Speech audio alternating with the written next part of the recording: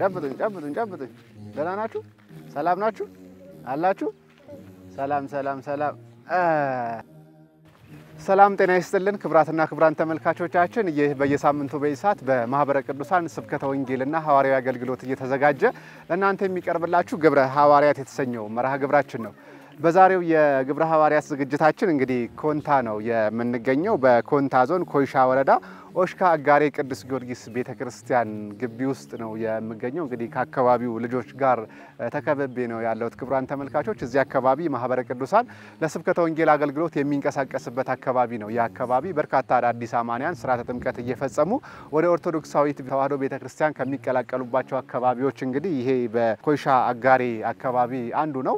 ይህ አካባቢ እንግዲህ ማህበረ ቅዱሳን በስብከተ ወንጌል አገልግሎት የሚንቀሳቀስበት ቦታ ነው። ከዚህ አካባቢ ተመርጠው ወደ አዲስ አበባ መጥተው ጸራ ጽዮን የስብከተ ወንጌል አገልግሎት ስልጠና ወስደው ለአገልግሎት ወደዚህ አካባቢ የተላኩ አገልጋዮች አሉ። እንግዲህ እነሱ ደግሞ እዚህ ቦታ ላይ መጥተው ሲያስተምሩ ምን አይነት ለውጦች አሉ፣ የስብከተ ወንጌል አገልግሎቱ በምን መልኩ እየሄደ ነው የሚለውን ለእናንተ ለማስቃኘት ነው እዚህ የተገኘነው። እስከ ዝግጅታችን ፍጻሜ ድረስ አብራችሁን እንድትቆዩ እንጋብዛለን። መልካም ቆይታ ይሁንላችሁ ብያለሁኝ። ወደ ቤተክርስቲያኑ እንሄዳለን። አሁን ኑ አሳዩኝ፣ አሁን ቦታውን ወሰዱና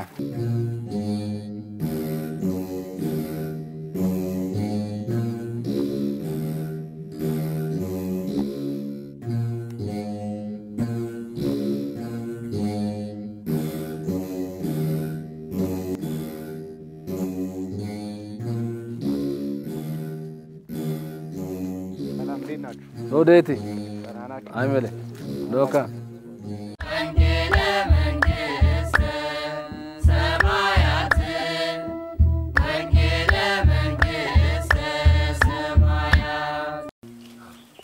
ክብራትና ክብራን ተመልካቾች እንግዲህ በመግቢያው እንዳስተዋወቅኳችሁ የጊዮርጊስ ቤተክርስቲያን ግቢ ውስጥ ነው የምንገኘው። በኮንታ ዞን ኮይሻ ወረዳ ኦሽካ አጋሬ ቅዱስ ጊዮርጊስ ቤተክርስቲያን ነው የምንገኘው። እንግዲህ እዚህ አጠገቤ መላከ ሰላም ቀሲስ ተረፈ መንገሻ ይገኛሉ። የኮይሻ ወረዳ ቤተ ክህነት ኃላፊ ናቸው። ከእርሳቸው ጋር እንግዲህ አካባቢው ላይ ያለው የስብከተ ወንጌል አገልግሎት ምን ይመስላል የሚለውን የምንወያይ ነው የሚሆነው። ክብራን ተመልካቾች በድጋሜ አብራችሁን ቆይታ እንድታደርጉ ጋብዛለሁኝ። ቀሲስ እንኳን ደህና ቆዩኝ። እንኳን ደህና መጣችሁ።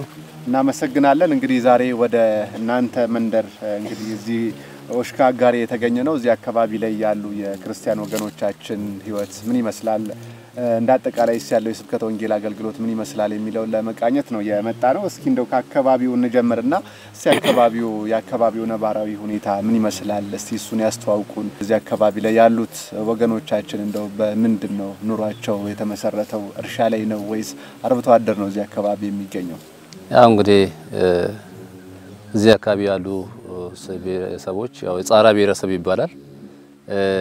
ይሄ ብሔረሰብ ያው የሚያካለው ወይ የሚያዋስነው እዚህ ጎባ ወይ በከፋ ጋር ይዋሰናል በድንበር ማለት ነው። እነዚህ ብሔረሰቦች እንግዲህ ያው አርሶ አደር ናቸው። አዝመራቸው ማሽላ፣ ሩዝ፣ ጤፍ ያመርታሉ፣ ኮረሪማ ያመርታሉ። ቡና ከምንም በላይ የኦሽካ የሚታወቀው ያው በቡና ነው የሚታወቀውና ቡና ያመርታሉ። የዚህ አካባቢ ሰዎች ያው መተዳደሪያቸው ግብርና ነው። መልካም። እንደው የስብከተ ወንጌል አገልግሎቱስ እዚህ አካባቢ ላይ ያለው የስብከተ ወንጌል አገልግሎት እንደው ምን ይመስላል? ያሉት አብያተ ክርስቲያናት እንደው ከምእመኑ ቁጥር አኳያ በቂ አብያተ ክርስቲያናት አሉ ወይ? ከምእመናኑ አኳያ በቂ ቤተክርስቲያን ነው የለንም። 2001 አካባቢ ነው እኔ እዚህ አካባቢ መጣሁኝ ኦሽካ ኮይሻ አካባቢ። በዛን ሰዓት በዲቁና ነው መጣሁኝ። ተወልጄ ያደግኩት ኦሮሚያ ነው። የዚህ አካባቢ ብሔረሰብ ልጅ ቢሆንም ነገርን ከመጣው በኋላ ያለችው አንድ ቅዱስ ሚካኤል ቤተክርስቲያን ብቻ ነበር ያለው እና ያንን መምራን ጋር በመደራጀት አስፋፍተን ወደ ቅዱስ ገብርኤል ቦታ ለመያዝ ሞክረናል። ግን ተጋድሎ ከባድ ነው።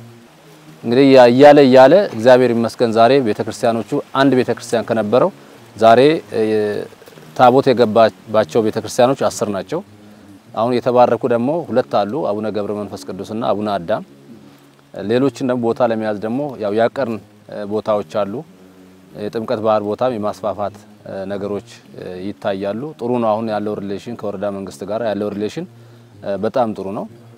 እንደ ከዚህም በፊቱ አይደለም እና በዚህ በግልጋሎት አኳያ ደግሞ እናንተ ዛሬ አመት እዚህ አካባቢ መታችሁ ጎብኝታችሁ ከሄዳችሁ በኋላ በጣም ጥሩ ነገሮች ተፈጥረዋል። ለምሳሌ ጽራጽዮን ወስዳችሁ ከዚህ አካባቢ ከጻራ ብሔረሰብ 3 ልጆች በስብከተ ወንጌል ሰልጥነዋል። ብርሃኑ እንዳለ በቀለና አስፋው ሰልጥኖ ከመጡ በኋላ በጣም ጥሩ የሚመናን ቁጥር እየበዛ ነው። የካህናት እጥረት ቢኖርም ይሄ ህብረተሰቡ በቋንቋው ተምሮ በቋንቋው እግዚአብሔርን እያመለከ ይገኛል ማለት ነው። መልካም እንደው ከዛ በፊት እነዚህ ለውጦች ከመምጣታቸው በፊት ያለው ሁኔታ በቂ አብያተ ክርስቲያናት ባለመኖራቸው ምእመናን በምን አይነት መልኩ ነበር ከሥርዓተ ቤተ ክርስቲያን ሲሳተፉ የነበሩት? በወቅቱ የነበረው ችግር እንዴት ነበር? ይሄ ከመደረጉ በፊት እንግዲህ ቤተ ክርስቲያን ርቀት ስላላት አንድ ቤተ ክርስቲያን ነው ያለችው። ለዚህ እንግዲህ ምን ያደርጋሉ መናፍቃኑ እናንተን እድር አንሸከምም ይሉና እየታሙ በጣም የደከሙት ሰዎችን ክር በማስቆረጥ ሃይማኖታቸውን ያስቀይራሉ። ሌሎችም ደግሞ ተስፋ በማስቆረጥ ይሄ ቁሩቅ ነው የናንተ ቤተ ክርስቲያን በማለት ተስፋ ቆርጠው ሃይማኖታቸውን እንዲቀይሩ የማድረግ ነገር ነበሩ ከዛም በፊት የነበረው ነባራዊ ሁኔታ። ነገር ግን አሁን እግዚአብሔር ይመስገን እየመሰከሩም ነው ይሄ ጥንት የነበረች ቤተ ክርስቲያን ናት የቀደመችው ናት እያሉ እናንተም ነው በመምራኖችን ወስዳችሁ በቋንቋ የአካባቢ ልጆች በቋንቋ ሰልጥነው እንዲመጡ ካደረጋችሁ በኋላ ያለው ነገር መጽሐፍ ቅዱስ ግልጽ ብሎ በቃ በቋንቋ እንደዚህ ለካስ እንደዚህ ነው የማለት ደረጃ ደርሶ አሁን ምእመናኑ እንደው በተለይ ጥምቀትን በተመለከቱ በጣም የሚያስገርም ነው። ቦታው ላይ በቂ አገልጋይ ካህናትን እንዲፈሩ ለወደፊትም እንደው የተደረጉ የሄዳችሁበት ርቀት አለ? ከዚህ ልጆችን እየወሰዱ ወደ ከተማ ቦታ አሰልጥኖ ወደዚህ ቦታ የመመለስ ሁኔታዎችስ አሉ? በእኛ ወረዳ የለም። ምክንያቱም በጣም ገና ወረዳ ተቋቋመች እንጂ ምንም ነገር ባጀቱም ምንም የለም። እንኳን ትራንስፖርት አሁን እነዚህን ቦታ ለመድረስ ብዙውን በእግር ነው የሄድን ያለ ድካም አለ። በዛ ላይ እንግዲህ የአንድ የወረዳ ቤተ ክህነት ስራ አስኪያጅ ከዛ ደግሞ ያዛው የምታዩት የአጥቢያ ደብር አስተዳዳሪም ነኝ። ብዙ ነገሮች ያው ደርቤ የምሰራው እኔም ስለሆንኩኝ ሌሎችን ደግሞ የኔ ስራ አስፈጻሚዎችን ወደዛ ቦታ ልካሉ ስል ያው የትራንስፖርት ግማሹ ደልባ ነው አለ ግማሹ እዛነ ታሪኩ እንግዲህ መንደር 3 ነው አሉ። እዛም በጣም ሰፊ ቦታ ስለሆነ ይሄ ችግሮች ላይ ትራንስፖርት ከምንም በላይ እንግዲህ አንድ ቤተ ክህነት ስራ አስኪያጅ በእግር ነው ብዙ ቦታ እየርኩ እየሰራውኝ ያለ ከቀበሌ ወደ ቀበሌ እየተመላለስኩ ያ እጥረቶች ስላሉ እንኳን አንድ ሞተር እንኳን ቢኖር በአንድ ጊዜ 2-3 ቤተ ክርስቲያን መድረስ እንችላለን። ግን አሁን አንዳንድ ድሎች አሉ ከማህበረ ቅዱሳንም ከማዕከልም ከዋናው ማዕከልም የሚሰጡ ድሎች አሉ ወደ አዲስ አበባ ላፍቶ ጽራጽዮን የመሳሰሉ ቦታዎች አሉና ምናልባት እነዚህ ድሎች እናንተ የተጠቀማችሁበት አጋጣሚ አለ ወይስ እንደው ድሉን አላገኛችሁ? ድሉን ካገኘነው ያው ቀደም ያልኩት ነው። አሁን አንድ 4 ልጆችን አግኝተናል። ጽራጽዮን ላይ እናንተ ስልጣናችሁ ላካችሁ ልጆች ጥሩ ስራዎችን እየሰሩ ነው። እነ ታሪኩ መንደር 3 ላይ ብዙ እንቅስቃሴ ብዙ ዋጋ እዛ በቋንቋ ከወላይታ ብሔረሰብ ልጅ ነው። እዚህ እኛ ሙሉ ፖንታዎችን የመጣ ለቅሶ ላይ በጣም እኛ ጋር የሚሰበከው ለቅሶ ላይ ነው እና ለቅሶ ላይ እነሱ የሚሰብኩ ለቅሶ ላይ ስለሆነ እኛም ለቅሶ ላይ በጣም ስለምንሰብክ በጣም ጥሩ ቻሌንጆች ነው አሉ እና አሁን እዚህ አካባቢ ያሉት 3 ልጆች በቋንቋ ጥሩ ሁኔታ ሂደዋሉ።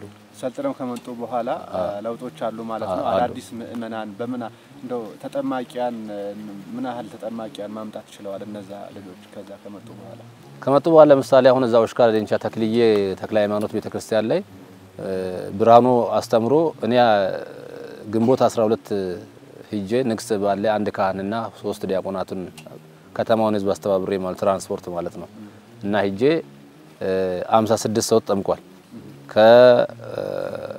ከፕሮቴስታንት ዘማሪያን ሴት 15 ወንድ 15 30 ከባዕድ አምልኮ ደግሞ 20 ህፃናት 6 56 ሰው ጠምቋል።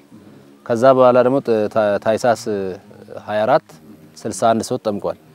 በቀደም የካህን እጥረት ስላለ ያው ሁሉም ጥር 10 ወጥቶ 11 አልገቡም በኔ ወረዳ ማለት ነው እና ተክለ ሃይማኖት ጥር 23 ወጥቶ 24 ነው የገቡት። ጊዮርጊስ ደግሞ ያው በስብራ ታጽሞ በ17 ወጥቶ በ18 ነው የገባውና በቀደም በጥር 24 16 ሰው ተጠምቋል። እንግዲህ በድምሩ 72 ሰው ተጠምቋል ማለት ነው። በዛ በወሽካ ብቻ እንግዲህ በወሽካ ተክለ ሃይማኖት ብቻ ማለት ነው። በኮይሻ ዙሪያም እንደዚሁ ጥምቀት 10 ሰው፣ የቃና ዘገላ 4 ሰው፣ ደልባ ማርያም 4 ሰው ከዛ ከፕሮቴስታንት ነው የተመለሰው አለ። እዚህ አጋሪም ደግሞ ወደ 40 ሰው ተዘጋጅቶ ነገር ግን የቅዳሴ ፕሮግራም የሆነ ነገር ጎሎ ሳይጠመቁ ቀርተዋል እንጂ ወደ 40 ሰው ተዘጋጅቷል እና የመጣው ለውጥ ይሄ ነው። መልካም እንደው በምን መልኩ ነው አሁን ምእመናንን እዚህ ጊዮርጊስ ቤተክርስቲያንም በምን መልኩ ነው የሚሰባሰቡት? በምን አይነት አገልግሎት ነው የሚሰጠው? እርሶም ቅድም ደውል ሲደውሉ ተመልክቻለሁኝና እንዴት ነው የምትሰበስቧቸው? ያው ሰባኪው ይመጣና ቤተክርስቲያኑ ደውሉን ደውሎ ሰባኪው ደውሉን ሲደውል ቤተክርስቲያን ይከፈታል። ያው ምእመናኑ በዛ ነው አንግል የሚሰባሰቡት። ሌላ የቅዳሴ ድምጽ እንግዲህ የለም። ለምንድን ነው የቅዳሴ አገልግሎት ወይ ኪዳን አገልግሎት የማይኖረው? የካህን እጥረት ነው።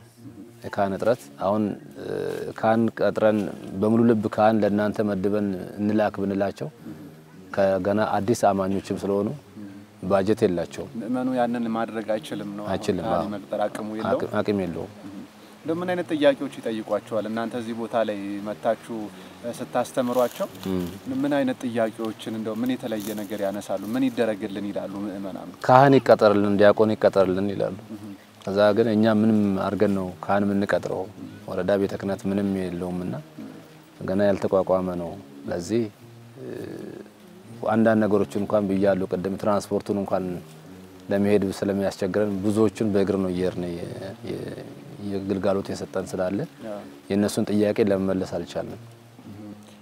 እነዚህ አገልግሎቶች ቢሟሉ ምን አይነት ተስፋ እንደው አለ ቦታው ላይ? ከዚህ ቀደምም ወደዚሁ አካባቢ ማህበሩ ያሰራው ቤተክርስቲያን አለና ወደ ጫላ አካባቢ እነዚህ አብያተ ክርስቲያናት እንደው እዚህ ቦታ ላይ መተከላቸው አሁን የተነሱ ችግሮችም ቢቀረፉ ምን አይነት ተስፋ ይኖራል? እንደው ምእመናን ወደ ቁጥራቸውን ከመጨመር አኳያ ከውስጡ የአካባቢ ዲያቆን ሊገኝ ይችላል። ያ ዲያቆን ደግሞ ካህን ሊሆን ይችላል። ከአካባቢው ዲያቆንና ካህን ወጣ ማለት የራሱን እናትና አባት የትም ቦታ እንዳይሄዱ ለስጋው ደግሞ ለደጅ ሰላሙ እንዲበቁ ያደርጋሉ።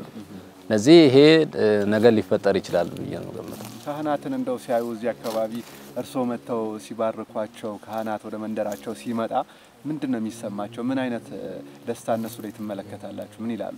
እንደው ቀደም የዛሬ 6 አመት ነው 7 አመት በመጀመሪያ እዚህ አካባቢ የገባኝ ካህን ነኝ። አቋርጬ አሁን ቀደም ባሉ በፓስተር ተፈሪ አማካይነት ማለት ነው። ፓስተር ተዘራ ነው የሚባለው ከፕሮቴስታንት ወደኛ ሃይማኖት ተመለሰው ነውና አብሬ የመጣው ከኮይሻ እዚህ ማለት ግፋቢል 60 ኪሎ ሜትር ይሆናል በእግር እና ያን የተጓዝኩ ስመጣ ያው ካባይ ለብሼ ጠምጥሜ መቋሚያ ይዤ ስመጣ በእነሱ ቋንቋ ነው። አንድ ረጅም ሰው ጥቁር ካባ ለብሶ ቀይ ነገር ይዟል የሆነ ነገር እና ሲያልፋየው በጣም ረጅም ነው። ተረጋግቶ ነው የሚሄደው። ታቦት የሚሉት እሱ ሳይሆን አይቀርም ነው ያሉኝ። እንግዲህ ታቦት የሚሉት እንግዲህ ካህንና ታቦት አለየም ግን ጉጉት አላቸው። በቃ ከዛ ፓስተር ተዘራ ደግሞ አስተምሮ አሁን ታቦትም ሊገባ ነው እሱ ግን ታቦት አይደለም እያለ ለነሱ ያስረዳቸዋል። ጠዋት ላይ ግን በጣም ማአት ሰው መጣ። እዚህች ያቺ ጎጆስ ነው ያደርኩኝና ያው በእንተኑ በቀረጻው ታረጉ ይችላልላችሁ። ያዛው አድሬ ጠዋት መጡኝ ኪዳን አድርሼ ተሰበሰብኳቸውና ያጠመቅኳቸው 48 ሰው ነው እዛን ቀን 48 ሰው ተጠመቀ ይዛለት። አዎ 48 ሰው ተጠመቀ ይናል። ፍላጎት አላቸው ማለት ነው። አዎ በጣም ፍላጎት አላቸው። መልካም እንግዲህ እርሶም እንደነገሩን ስራዎች የሚሰሩ ከሆነ የስብከተ ወንጌል አገልግሎቱ በተለይ በቋንቋው ረገድ ተደራሽ የሚሆን ከሆነ አካባቢው ላይ አገልጋዮችን ማፍራት የሚቻል ከሆነ እንግዲህ የምእመናንም ቁጥር በእጅጉ እንደሚጨምር ብዙ አመላካች ነገሮች አሉና እንደው ከማህበሩ ጋር ከቤተ ክህነቱም ጋር ያለው ተቀናይቶ የመስራት አገልግሎት ያልተቋረጠ አገልግሎት ምእመናን ጋር ከማድረስ አኳያ ያለው ነገር እንደው የተሰሩ ስራዎች በቅድ ደረጃም እነዚህን አይነት ነገሮች አቀደናል እንደዚህ አይነት ነገር ደግሞ ቢሟላ ይበልጥ አገልግሎቱ ይሰፋል ብለው የሚያስቡት የሚያስተላልፉት መልእክት ካለ ምናልባት እንደ ተግዳሮት መነሳት ያለባቸው ነገሮች ካሉ በርሶ በኩል ቢያነሱልን። አዎ እንግዲህ በዚህ ያው የማነሳው ነገር የሚያስፈልጉን ነገር ቢኖር አንደኛ አሁንም የአብነት ትምህርት ቤቱ ተጠናክሮ መቀጠል አለበት። አንድ አካባቢ ላይ የአብነት ትምህርት ቤቱ ካለ ብዙ ደቀ መዛሙርቶችን ማፍራት ከቻል ብዙ ነገሮችን እንቀንሳለን ማለት ብዙ ችግሮችን እንቀንሳለን። የዚሁ አካባቢ ልጅ ካህን ነው ቢወጣ ዲያቆን ነው ቢወጣ ጥሩ የተማረ ሰው ሆኖ ከወጣ ያለ የነዛን ሰዎች ስተት እየነገራቸው ይሄዳል እኔ አሁን እንግዲህ ከዚህ አካባቢ ተወልጄ ነው ያደኩኝ ያው ሌላ ቦታ ወለድም ቤተሰቤ እዚህ ነው አለ እዚህ ተወልደው ያደጉት ያው ሌላ ቦታ ነው ሃይማኖታቸው ፕሮቴስታንት ናቸው ነገር ግን የነሱ ልጆች አስተምሬ አምጥቻለሁ እነሱ ስተት ነው የኛ ነው ትክክል የሚሉትን ትክክል እንዳልሆኑ ከዚህ ቤተሰብ ወጥቼ ይሄን አድርጋለሁ እና ከዚህ አካባቢ ብዙ ልጆች ቢወጡ አብነት ትምህርት ቤቱን እና ደግሞ መምህራን እንደባለፈው እነሱን አሰልጥናችሁ እንደላካችሁ እንዲሰልጥኑ ቢመጡ እናንተ ከመጣችሁ ሰዓት ጀምሮ በጣም ጥሩ ለውጦች አሉ አሁን ደግሞ ይሄ የአብነት ትምህርት ቤቱ እንዲቀጥል በዚሁ ባቀርነው በወረዳችን ላይ መምህራን ቢኖሩልን ወረዳ እንደመሆናችን ደግሞ አሁንም የቴዎሎጂ መምህር የለንም ይሄ ያስፈልገናል ማለት ነው ሌላው የሚያስፈልገው ነገር ቢኖር ይሄ የናንተ ማህበረ ቅዱሳን እዚሁ በእኛ በኮሻ ወረዳም ቅርንጫፉን ቢዘረጋ ብዙ ወጣቶች አሉ ብዙ መንግስት ሰራተኞች አሉ ብዙ ነጋዴዎች አሉ እነዛን ሰብስቦ አሁን ለምሳሌ ዘንድሮ ኮሻ በትንሽ ሰዓት ተነስቶ ከተማውን ከገብርኤል አንስቶ አሁን ጥምቀት በዓል እስከ ያሳዩዋችሁ ድረስ ባንዲራ ሰቅለዋሉ ከተማ ያለውን የሚሰቀለው ባንዲራ እነሱም ገዝተው ይሄን ሰቅለዋሉ ይሄ ወጣት እንግዲህ ቢደራጅ ማህበሩ የናንተ ቅርንጫፍ ቢዘረጋለት የካህን መቅጠር አቅም ሊኖረው ይችላል ወጣቶችን የማስተማር አሁን ብዙ መምህራኖች አሉ ግቢ ተምሮ የመጡት በዩኒቨርሲቲ በኮሌጅ ተምሮ የመጡ አሉ እነሱ አሁን ዕውቀታቸውን ይዘው ተቀምጠው ነው አሉ እነሱ ለማቀናጀት ብዙ ተቸገርነው አለ ግን ማህበሩ እነዚህን ቅርንጫፍ ከፍቶ አቋቁሞ ቢሄድ የተሻለ ነገር ይመጣል ብዬ ነው ማስበው መልካም ቀሲስ እጅግ አድርገን እናመሰግናለን እስኪ አሁን ደግሞ ምእመናንም እየተሰባሰቡ ነው ያሉት መሰለኝ ወደዛው እንሄዳለን ቤተክርስቲያኑንም ያስጎበኙናል ወደዛው እንሄድና አንዳንድ ምእመናንም አነጋግረን ፕሮግራማችንን እንቋጫለን ቀሲስ እሺ እናመሰግናለን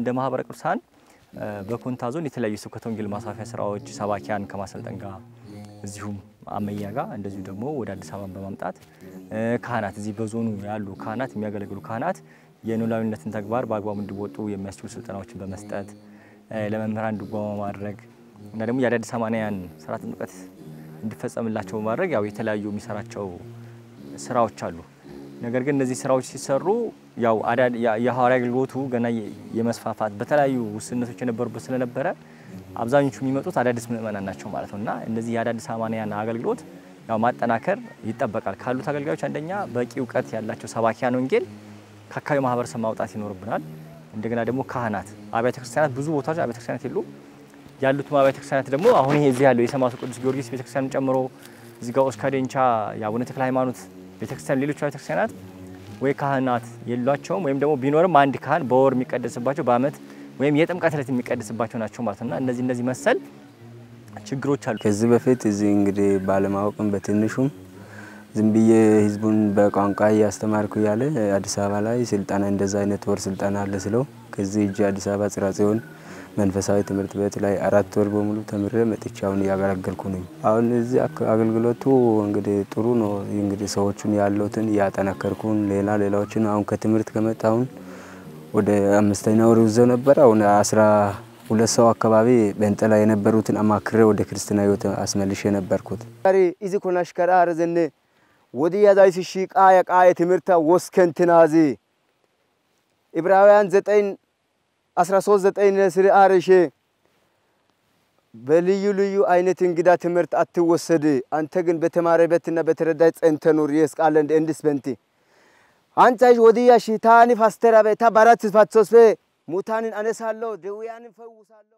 ከዚህ በፊት 35 አመታት የመናፍቆች ፋስተር ነበርኩ ከዛ በኋላ ትንቢትም እናገራለሁ ብዙ ስራ የሰራው ነበርኩ ከዛ በኋላ ሲመለከት አቅጣጫው በክርስቶስ ኢየሱስ መስመር ማካል መስመር ስለሆነ ትቼው ወጣውና ከዛ ወደ ቀድሞ ኦርቶዶክስ ተዋሕዶ ያመንኩት ስፍራ መጣሁ። ህዝበ ምእመናን ቁጥሩ ከፍ ባለ ቢሆንም ለአገልግሎቱ የሚያስፈልጉ አንዳንድ መስፈርቶቹ ያልተሟሉበት ሁኔታዎች አሉ። ያ ምንድነው? ቤተክርስቲያኗ የተሰረችው 2016 እንግዲህ የካቲት 17 ላይ ነው ታቦተ ሕጉ እዚህ መጥቶ የገባ ጥላቱ።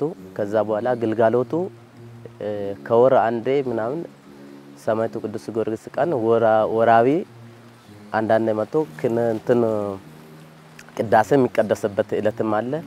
አንዳንዴ ደግሞ አንድ ካህን ከመጣ ደግሞ ለነሱ ትራንስፖርት እንደምንም ብላ አመቻችተን ሰው በማስተባበር ትራንስፖርት እናመቻቻለን። ከዛን ክዳን አዳርሶ የሚሄዱበት ሁኔታ አለ። በዛ ላይ ደግሞ ምንድነው ችግሮቹ ምንድነው? ግልጋሎቱ ለማገልገል የሚያስፈልጉ ነዋይ ቅዱሳት የለም። ነዋይ ቅዱሳት መጻሕፍት ለምሳሌ ሰዓታት የለም፣ ታምረ ኢየሱስ የለም፣ ድርሳነ ገብርኤል ወይ ሚካኤል የለም፣ ግጻይ የለም። እንግዲህ አንድ 5-6 መጻሕፍቶች የነዋይ ቅዱሳት የለም። ያልተማረ ጊዜ ስላልተማረን እዛ ወደን ተምረን ስመጣ ሰዎችን ያስተማረን እርሳቸው ጋራ እየተማረን እያስተማረን የሰንበት ተማሪዎችን አንድ ላይ ሆነን አገልግሎት እየሰጠን አዲስ አማኞችን በፊት ኦርቶዶክስ ሆነው የጴንጤዎች የገባ ሰዎችን አሁን እየመከረን የኋላ ይመልሰን በኦርቶዶክስ ላይ አስገብተን እያጠመቀን ወደ 15 ሰው ነው እንደሆነ አጠምቃቸዋል።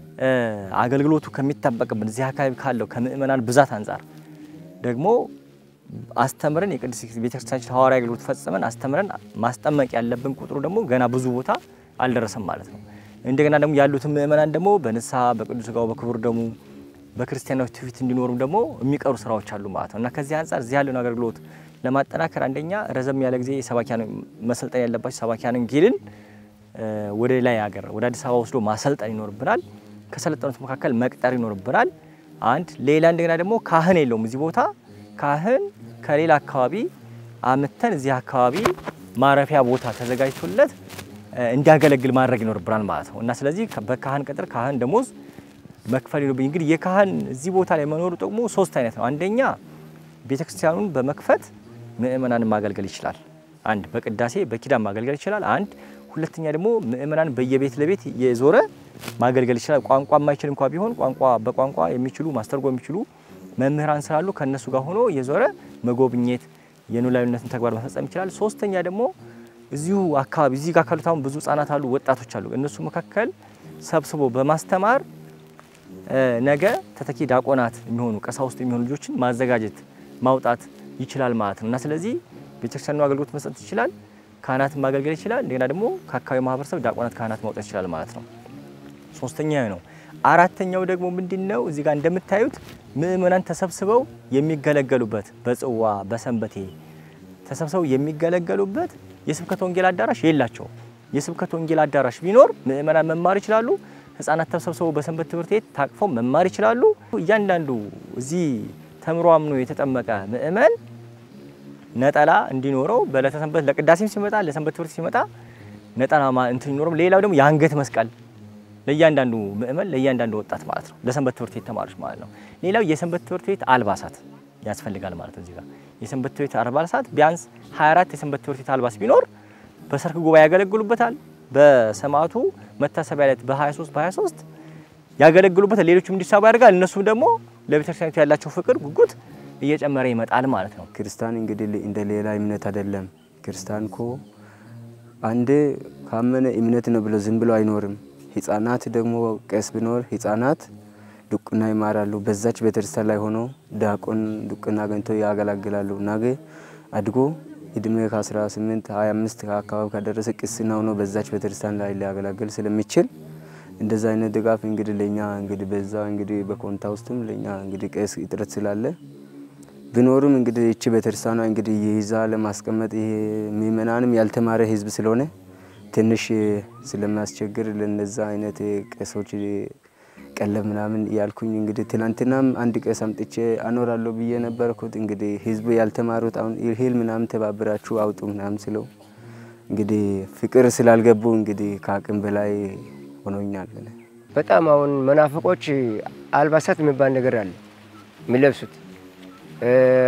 መሳሪያ አለ ያው አኮርዲዮን እንደ ጊታር አይነት ይሄን አሁን በቃ ቅኒማ መናፍቅ ውስጥ ስላሉ ያን ስለለመዱ ያው እኔም ሁሉ ጊዜ ለታቦቱ ጎርግሶ አንተ እንግዲህ ለኔ ስራልኝ እኔ ምንም ሳንቲም የለኝ እኔ ምስኪን ነኝ እያልኩ በጣም ተጨንቄ ነው ታለው ተሸርቾ በጣም ተጨንቆ ልጆቹ መናፍቅ ውስጥ ብዙ ይሄዳሉ ብሎ ምን አትሉ እኔ እግዚአብሔር ጎርግስ አለ ያመጣል አሁን እየጸለይኩ እግዚአብሔር እናንተን አምጥቷል። በተለይም ደግሞ በሰማዕቱ በቅዱስ ጊዮርጊስ ስም ተሰብስባችሁ ከሰማዕቱ ረድኤት በረከት ለመሳተፍ የእርሱ አማላጅነት ተረዳይነት እንድጎብኘን ለመሳተፍ የምንሰበሰብ ደግሞ ምእመናን በተለይ ይሄንን እዚህ አካባቢውን አገልግሎት እንደ ክርስትና ልጃችን በማየት በጽዋ ማህበር የተደራጀ ማለት ነው አገልግሎቱን መደገፍ ቅድም የጠቀስናቸውን ፕሮጀክቶች መደገፍ ይቻላል ማለት ነው። ለዛም ደግሞ የኛን አድራሻዎች ማግኘትና መደገፍ መጥቶ መጎብኘት ይቻላል የሚል ሐሳብ ነው ያለኝ። እግዚአብሔር ይስጥልኝ።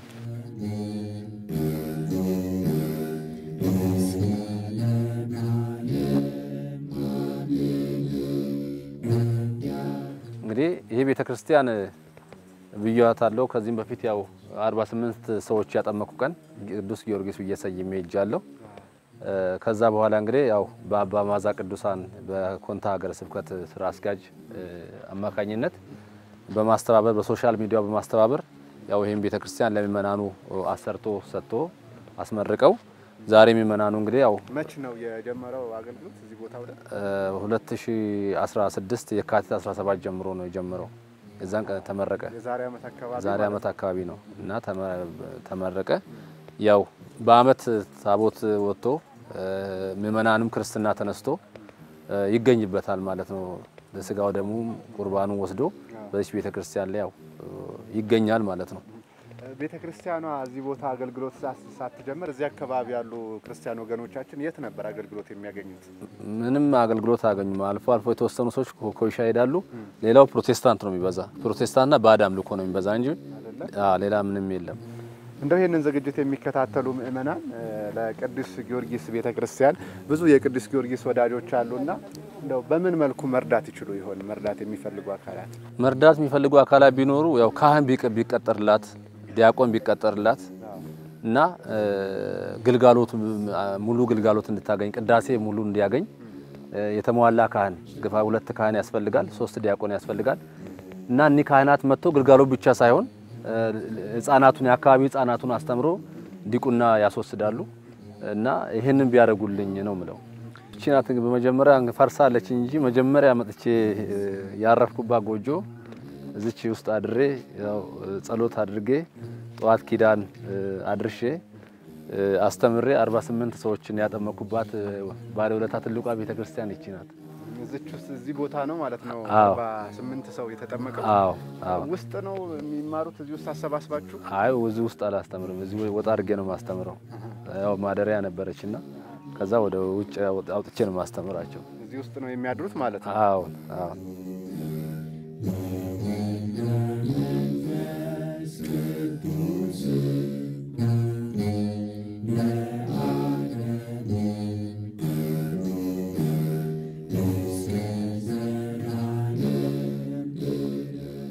ክብራትና ክብራን ተመልካቾች እንግዲህ ከዚህ ከኮንታ ዞን ኮይሻ ወረዳ ኦሽካ አጋሬ ቅዱስ ጊዮርጊስ ተገኝተን ከምእመናን ጋር ስናደርግ የነበረው ቆይታ እስካሁን ስትከታተሉት የነበረውን ይመስል ነበር።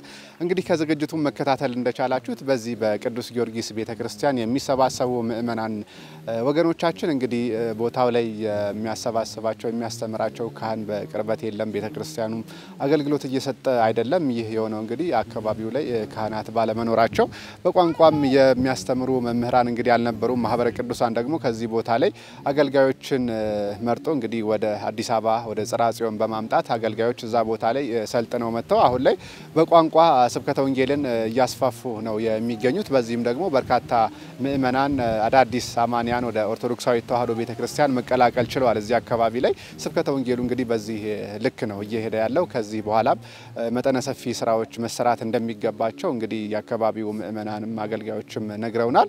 ይህንን ይህንን ዝግጅት መደገፍ የምትፈልጉ አካላት ማህበረ ቅዱሳን የሚያደርጋቸውን የስብከተ ወንጌል አገልግሎት በተለያየ መልኩ መደገፍ የምትፈልጉ ኦርቶዶክሳውያን ክርስቲያኖች ከስር በተቀመጠላችሁ የድጋፍ መስጫ አማራጮች ተጠቅማችሁ ድጋፍ ብታደርጉ ድጋፎቻችሁ እንግዲህ በቀጥታ የሚደርሱ ነው የሚሆኑት። እኛም የዛሬውን ዝግጅታችንን አበቃን። ሳምንት በሌላ ዝግጅት ድጋሜ እንገናኛለን።